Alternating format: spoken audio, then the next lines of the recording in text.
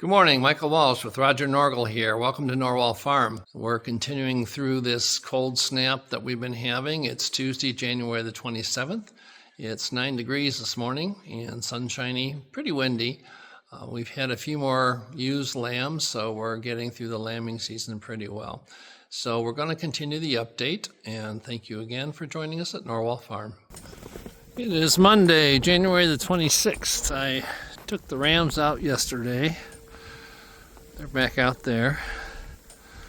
3 fat lambs here, and then the one Suffolk ewe lamb that was bred.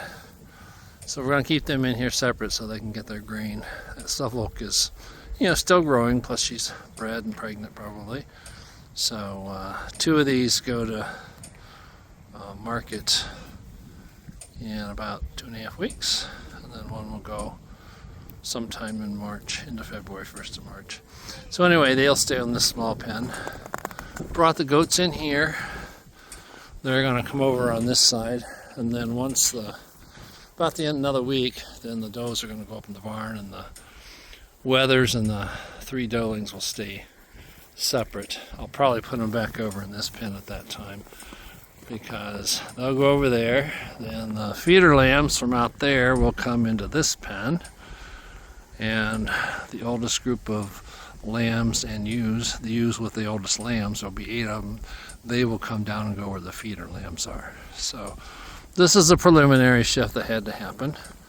And then next weekend, today's Monday, so next Sunday is when we'll do the balance of the shift. And it's supposed to be 20 degrees that day, so that's decent weather for doing that. Got everybody switched around, ewes around here. There's 12 out here. That ewe lamb is still in with the others.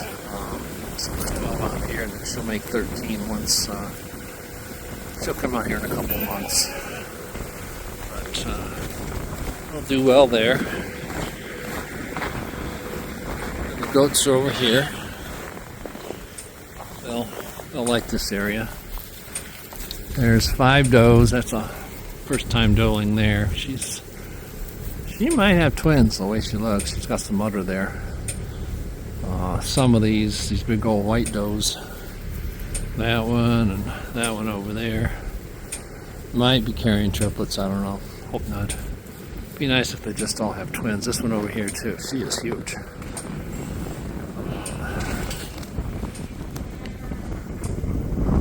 It's possible she could have quads. I hope not, but she is big enough. We had 2 sets of quads last year, so she'll have at least triplets.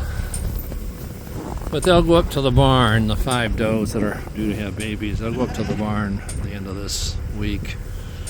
And then the younger ones, the wethers and the doelings, will stay down here. That one over there wagging her tail, that's one of the doelings. She's in heat today. So that's why we have to keep solid fence between her and the billy goats. Billy goats and rams, 2 wethers out there. There's a couple 2-year-old wethers out there. Leonard and Snowy, they're pets. So that's the bachelor group out there. Just in the last week, these lambs have increased their hay consumption. Their grain consumption is about 1.5 pounds per head per day, and they'll be steady at that. I was putting in 50 pounds of hay a day, and they're really cleaning that up, so it was empty this morning. So I'm going to buff them up to 75 pounds per day for the 19 head. That's about 3 pounds a head per day, and that should hold them. But they're definitely growing, so they're eating more, and plus cold weather, they eat a lot more roughage to keep warm. A set of twins have been just a little slow to nurse, so I helped them today. They're right at 24 hours old. I tubed them yesterday with some of her colostrum. So they're hungry, and they latched on. They're nursing well. So we'll just watch them make sure they keep going. And then number 30 next door, I came back this afternoon, and she'd had a single. I think she's done. She's scanned for twins, but size-wise, I don't think she's going to. And it's a nice big single ewe lamb. So some of our dates, we weren't sure on the breeding dates. It was kind of confusing. I was gone during breeding season for the last part of it, and so it was hard to tell. But anyway, so she's done. So that's number 8. We've got a Suffolk that is due in 2 days, so that'll be 9. So we'll be down to 5 ewes left to lamb. So it's going pretty well. This ewe lamb just passed some meconium, the first stool. And she cried a little bit when she died. I gave them enemas, but evidently they hadn't passed it. And it's most likely the reason they're not up nursing like they should. They have that meconium bothering them, and I don't know if it gives them like a stomach ache or whatever, but they're both up nursing and drinking their fill. So that's something I'll have to watch in the future. That's the first time I've not had them pass the meconium after an enema, but that makes sense because they're just kind of standing around, and if they get constipated, they can get hypothermic and fail to nurse, and it can kill them if they don't get enough milk. So glad I got them up and got them going today. The oldest lambs in here will be 3 weeks old tomorrow, so I had to adjust the creep gate. They were starting to rub on it. The horizontal bar was too low, plus the verticals were too close, so I opened it up so there's 3 wider spots, and then I raised the horizontal bar up to next to the highest notch. It probably wouldn't have had to go that far, but I just didn't want to change it back. So it should keep the ewes out. There shouldn't be a problem. If they do cause an issue, I can always lower it then. But lambs are growing really well. Tuesday morning, January 27th. These twins are doing well, and so is the single over there. And 242 is in labor. She is due tomorrow. So the other Suffolk went a day early as well. So we're getting down to the end of the first round here. After the Suffolk's done, there's 5 more left to lamb, and one of those may go early. As I said before, there was some question on some of these breeding dates. I was gone for a week during breeding season, and it was tough to get them recorded. So there's an IDF over there that I think will probably go sooner than what she's listed. But anyway, this girl's marked for twins, and we shall see how she does. I kind of thought last night she was early labor. So been out here about half an hour, and she's working at it. You can see her water bag there, and I can actually, that little white thing, that's a 1 foot. I think both feet are there, so she just gotta lay down and get down to business. But everything's going good so far. It had been 45 minutes, and she wasn't making any progress, so I checked. First lamb, that's the one she's looking right there, and you can see the yellow on the hindquarters. Had both elbows flexed, the nose was up there, but she just wasn't making progress.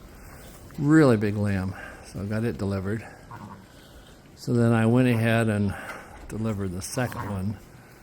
I probably should have let her work it up there on her own a little bit, but I went ahead and got it out. As I did that, its head turned back. So what I have found when a head's turned back, not an easy way, but a way to get the nose turned around is you go in the side of their mouth and you pinch between the lower jaws, the mandibles there. And you just gently pull, and that way it doesn't slip.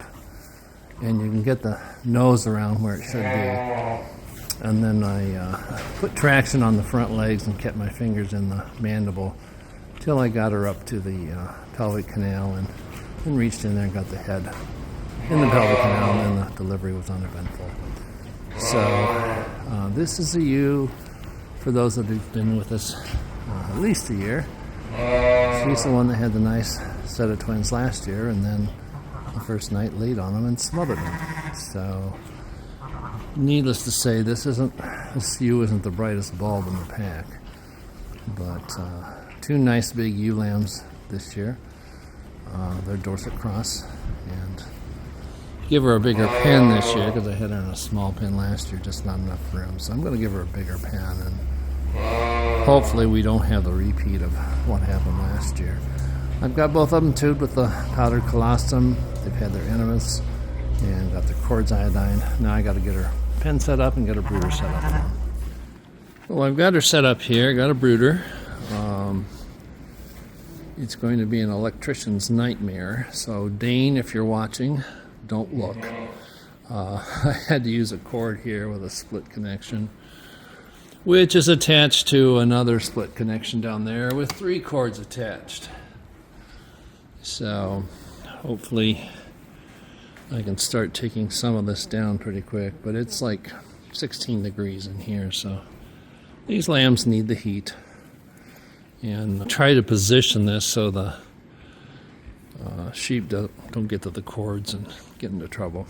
But this lamb's been up and nursed, so I think we're off to a pretty good start. And I got the brooder up here, so they should be good to go. And I gave her a bigger pen than she had last year, so hopefully she doesn't lay on these. Got a couple ewes over there that udders are developing. According to my records, which I don't know how good they are, but the Jacob ewe should be doing about a week. I did see her get mated and wrote that date down, so that should be the next one. The rest of those are like the first week of February, except for that number, what's her number, 24, the one that, yeah, she's right there. She wasn't far enough along to be picked up on ultrasound, so my guess is she'll probably go the last week of February. But so we're down to 5 left out of 14, and we've had 8 sets of twins and 1 single, so they're doing really well.